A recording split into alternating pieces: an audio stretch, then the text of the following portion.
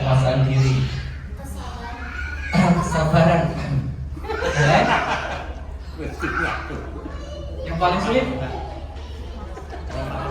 kelemahan kita, ya. Satu paket biasanya sama kesabaran. Yang paling mudah, yang merasa aku sudah memenangkan, aku sudah bisa ini. Sukacita, ya Titian sukacita. Kalau diajak yang agak serius-serius, enggak mau.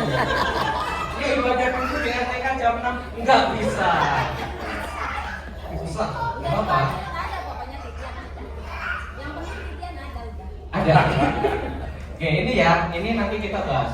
Saya mengambil satu contoh dari dia bisa mengajarkan dan apa yang sudah dia pelajari malam itu. Kalau dari saya sih, kalau saya juga tahu situasi dan konteks. Kalau lagi ngomong sama orang, misalnya ngomong apa sama teman, ya saya pakai kata-kata yang cinta itu diucapkan, sementara kalau dari sisi saya ya sebagai suami, ya udah nggak usah sih gitu. Ya saya lakukan dengan saya punya istri dan anak dan keluarga jauh melampaui apa yang diucapkan. Tapi saya punya ya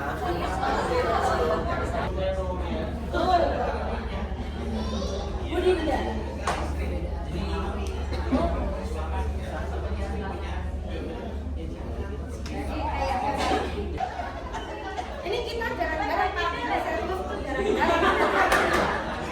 Kalau Mbak silakan Mbak Dewi sebagai pengantin baru ini nggak cocok banget dong sama dia nih kenalin Mbak.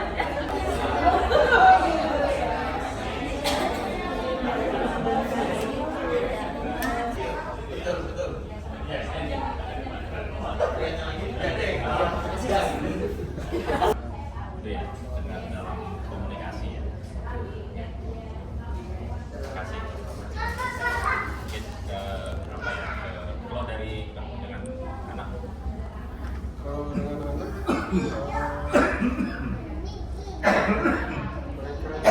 Mengeluhkan. Ini ternyata anak-anak ngerasani kita. Cuma ibu-ibu ini yang dititikin ya, maksudnya yang diperhatikan itu caranya anak tidak terbuka kepada mamanya. Caranya anak itu dengan circle-nya itu mamanya nggak cocok kayak tadi, bahasa-bahasa yang seharusnya nggak pantas menurut orang tua ya untuk dia. Dan tadi dari beberapa yang saya minta pendapatnya, pertama dari ya Pak Bambang mengulangi lah ya, DC kita ngomongnya gitu. Maksudnya kalau lihat tadi pendapatnya yang saya, oh berarti begitu cara merawat komunikasi ya ada apa namanya melepaskan keegoisan. Ini kalau saya tangkap ya, urusan menurut point of view kita sepele, tapi menurut point of view ibu-ibu istri kita itu tidak sepele sebetulnya, tidak sepele gitu. Tapi dari yang saya tangkap nih ini juga walaupun nanti dinamikanya untuk mengerti itu masing-masing pasangan pasti beda-beda sendiri konteksnya, karena ada yang ya maaf misalnya ada yang nih foto-foto kan. Jadi kok, waduh. Jadi alasan saya pegang kamera itu biar aku nggak ikut. Itu malah jadi ketua, jadi kayak ya udah oke. Jadi selain kita juga mendengar obrolan tadi dari ibu-ibu juga, kita juga saling mengobrol. Jadi karena kita juga lebih sedikit ya, jadi hampir semua itu dapat nih. Tapi karena waktu yang terbatas, mungkin akan aku rangkumkan ya gitu. Jadi dari anak-anak itu juga mereka tuh punya masalahnya masing-masing sebenarnya. Dari adanya misalnya anak capek pulang sekolah, terus ada juga perbedaan keinginan yang terdapat antar anggota keluarga, dan juga dari arahan anak yang tidak diinginkan oleh anaknya juga. Terus selalu ada perbedaan-perbedaan secara budaya, sebuah perbedaan-perbedaan yang adanya beda dari mati aja masih bisa kayak pas sebelum tidur aja masih kalau itu sih jadi saya nggak apa lah masa jadi orang tua yang dulu makanya cuman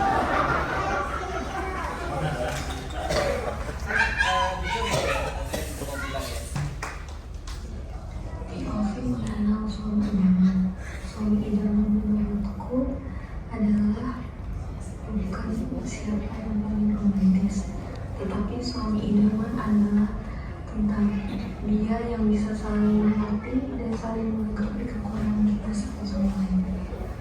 Dan oleh karena itu, suami idaman adalah suami aku. Aku sama Tuhan karena aku bisa dipertemukan sama kamu. Aku bersyukur sampai dengan hari ini aku masih bisa menjalani hari-hariku bersama kamu, bisa melewati semuanya dalam suka maupun duka. Aku percaya semua yang udah kita lalui sama-sama bukan karena Bersama lagu ini.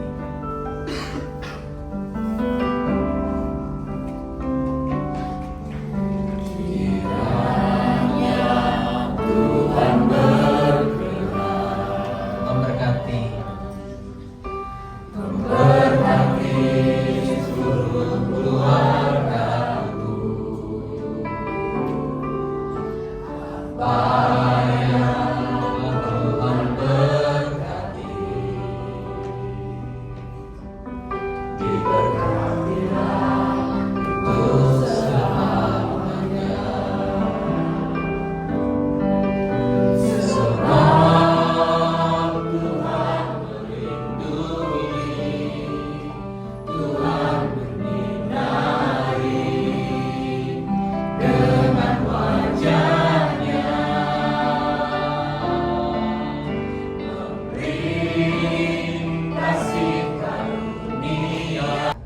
Menjadi orang tua yang bertumbuh, makin mengenal anak dengan baik.